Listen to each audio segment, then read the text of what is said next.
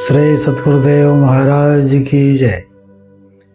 प्रिय धर्म प्रेमी बंधुओं, श्राद्ध पक्ष में इन 5 चीज़ों की मनाही है। यदि इन 5 चीज़ों का हम उपयोग करेंगे तो हो सकता है कि हम बदहाली और कंगाली के शिकार हो जाएं। उसमें सर्वप्रथम है ब्रह्मचर्य को धारण करना। ग्रंथों के अनुसार पितृपक्ष के 16 दिनों के दौरान घर में सगाई, शादी विवाह, गृह प्रवेश, मुंडन, ये 4 चीज़ें और ब्रह्मचर्य धारण करना, ये मांगलिक कामों को करने की मनाही बताई गई है। इसके अलावा छोटी से छोटी नई चीज़ को खरीदने से भी बचना चाहिए और तामसिक चीज़ों का सेवन बिल्कुल भी वर्जित है। जो तर्पण किया जाता है उन लोगों को, जिसके द्वारा तर्पण किया जाता है उन लोगों को पितृपक्ष के दौरान तामसिक चीज़ों का उपयोग नहीं करना चाहिए। घर के प्रत्येक सदस्य को मांस, मछली, लहसुन, प्याज, ये तामसिक वस्तु का सेवन ना करें। साथ ही क्षौर कर्म भी ना करवाएं।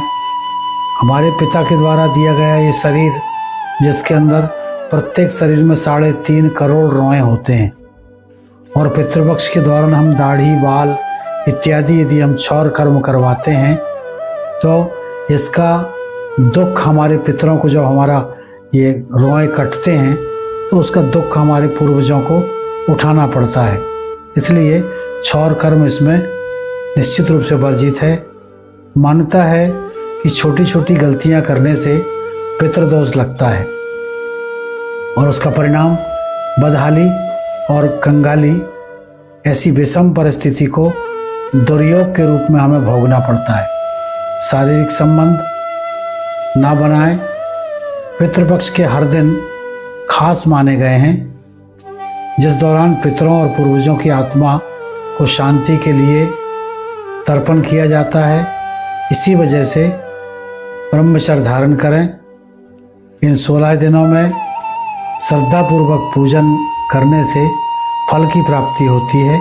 और एक और विशेष बात है, घर में बना हुआ भोजन, ये 15 दिनों में जो भोजन बनता है, उस भोजन को आप किसी भी रूप में यदि पूर्वजों को संतुष्ट करना चाहते हैं तो घर में बना हुआ भोजन ऑफिस, कॉलेज, स्कूल, इनमें दोस्तों के साथ कभी भी शेयर ना करें। श्राद्ध पूजा का खाना खाने की अनुमति केवल घर वालों की ही होती है। इस नियम को उल्लंघन करने से हम प्रायश्चित्त के भागी होते हैं, पाप के भागी होते हैं। मांगलिक कार्य करना वर्जित है।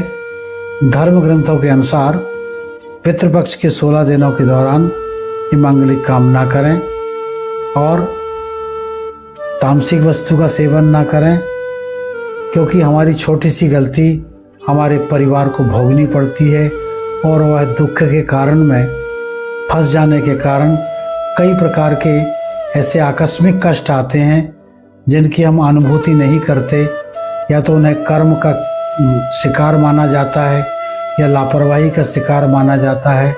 परंतु ये सारे जो कृत्य हैं, ये हमारे कहीं ना कहीं स्वार्थ के कारण हम पाप के अधिकारी हो जाते हैं और पितरों के नाराज़गी के शिकार हो जाते हैं, जिससे हमारे परिवार की उन्नति में बाधा पैदा होती है। श्री सतगुरुदेव महाराज की जय।